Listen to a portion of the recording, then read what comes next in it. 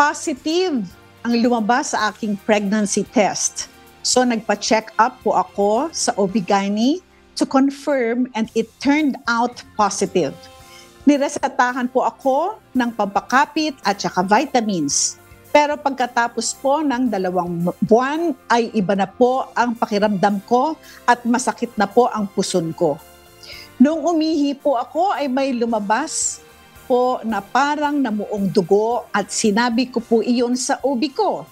Pero ang sabi po niya, normal lang daw po iyon at pina-ultrasound po ulit ako at pinainom ng pampakapit. Sa loob ng 3 buwan, naka-4 na po ako na ultrasound.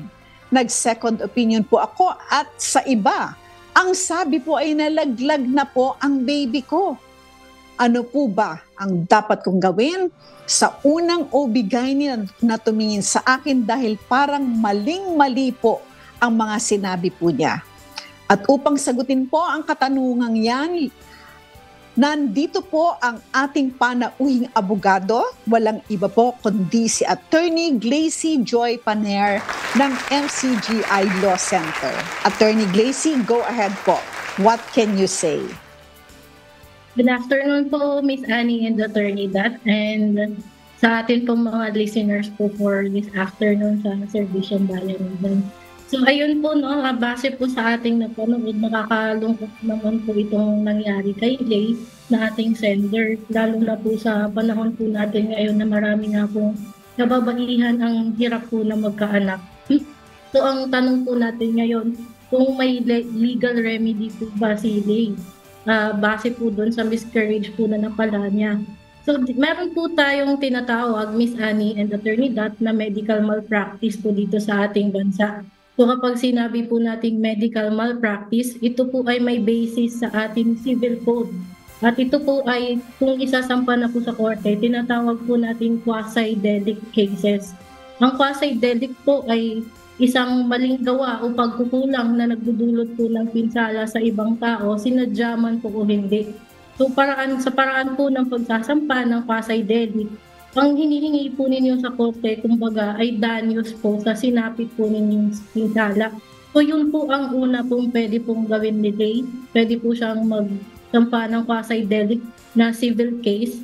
And bukod po sa quasi-delict, meron pa rin po siyang isang recourse kung saan pwede rin po siyang magsampa ng administrative case po sa Professional Regulation Commission or sa PRC. Dito naman po sa admin case, Ms. Annie and Attorney Dat, ito po ay more on po sa lisensya po ng doktor ang nakasalalay po dito. Kumbaga mag-iimbestiga po ang PRC kung totoo pong may misdiagnosis po yung doktor na ginawa at mapapanagot po siya. Base po doon po sa lisensya niya naman po. More on lang po, paliwanag lang din po sa medical malpractice.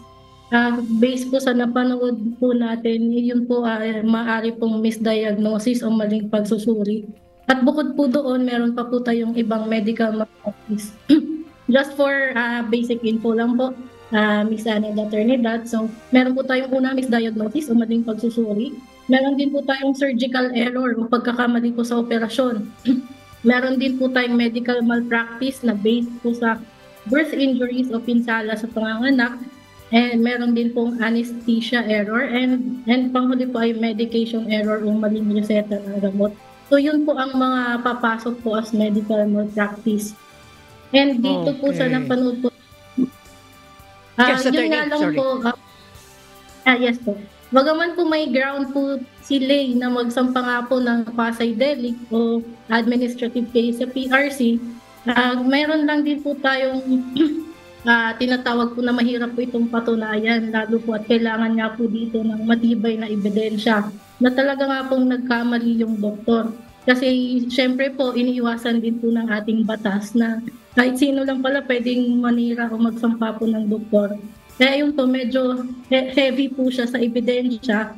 Kaya dapat po handa po si Lay kung talaga po magtutuloy po siya magsampa against po doon sa naunang OB/GYN niya po. Ako po, nakakatakot yun, Attorney Dat. Parang doktora yata ng gagamba yun. Thank you for that, Attorney Glacy. Yes. Oo. Alam mo, ang galing ni Attorney Glacy, no? Kasi talagang nasabi niya yung iba't iba pang klase na mga malpractice. And definitely ito, malpractice talaga. Kasi nagkamali siya dun sa pagsusuri niya. Yun yung unang-una na sinabi ni Attorney Glacy. Aba, ang sabi, nandyan ang baby, wag mag-alala. Yung pala, wala na pala yung baby. Ang sakit nun, Miss Annie, ha? That's Lalo correct. na sa Yes, isang totoo po yun. parent na gustong magkaanak. Yes. Tapos, siguro yung all the time na yun na inaalagaan talaga niya yung sarili niya, yung pala, wala na yung kanyang anak doon. Hindi ba? Pero attorney, ito yung itatanong ko lang.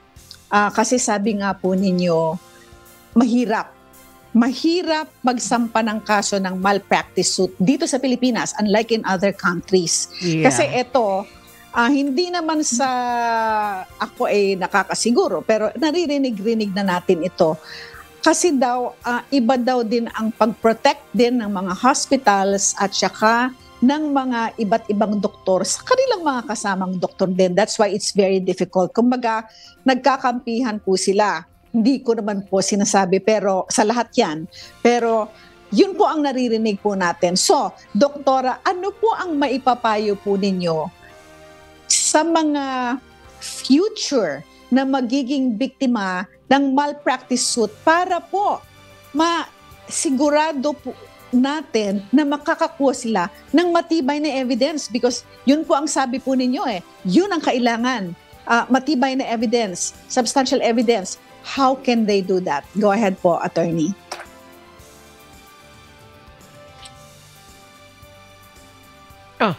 Attorney, naka-mute yata po kay attorney.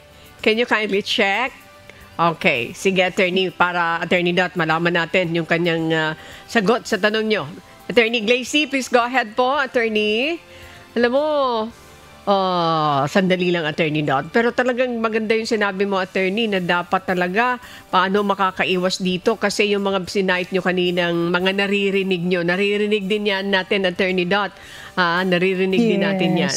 So, mahirap. Kasi di ba, Miss Annie, yung kukuha ka ng record sa hospital, ang sabi ay hindi nila ibibigay yan kasi proprotektahan nila yung doktor nila. So, ayan na. Nakabalik na po si Attorney Glacy. Ano po ang masasabi po ninyo para po makapaghanda rin at matuto sa atin ngayon ang mga possible na maging victims ng malpractice suits po? Ayun. Thank you for the follow-up question po, Attorney. Para nga po maging handa po dito sa pagpa-file nga po ng medical malpractice, siyempre po unang-una, humingi po ng payo din sa abogado kasi yung mga abogado rin po ang nakakaalam kung ano po ang mga documentation po na kailangan para maging handa po kung sakaling iakyat nga po. Kapag sinabi naman din po nating heavy on evidence, pwede po tayong mahingi din po ng expert testimony. For example po, dun sa napanood po natin, pwede pong kunin din yung expert testimony ng pangalawang doktor na tumingin dun sa unang doktor. At saka kasama na rin po yan yung meticulosong documentation. Kapag sinabi po nating meticulosong documentation, yun nga po yung mga medical records po niya na nauna. Example po yung mga ultrasound nga po kanina ni Lane na sinabing okay pa raw yung baby pero wala na rin. Pwede pong magamit din yun dun sa nauna pong doktor. At saka pwede rin pong kung pwede din pong makakuha din po ng iba pang mga witness na magpapatunay na yun nga po yung nangyari po doon sa gusto pong magsampa ng kaso sa medical malpractice.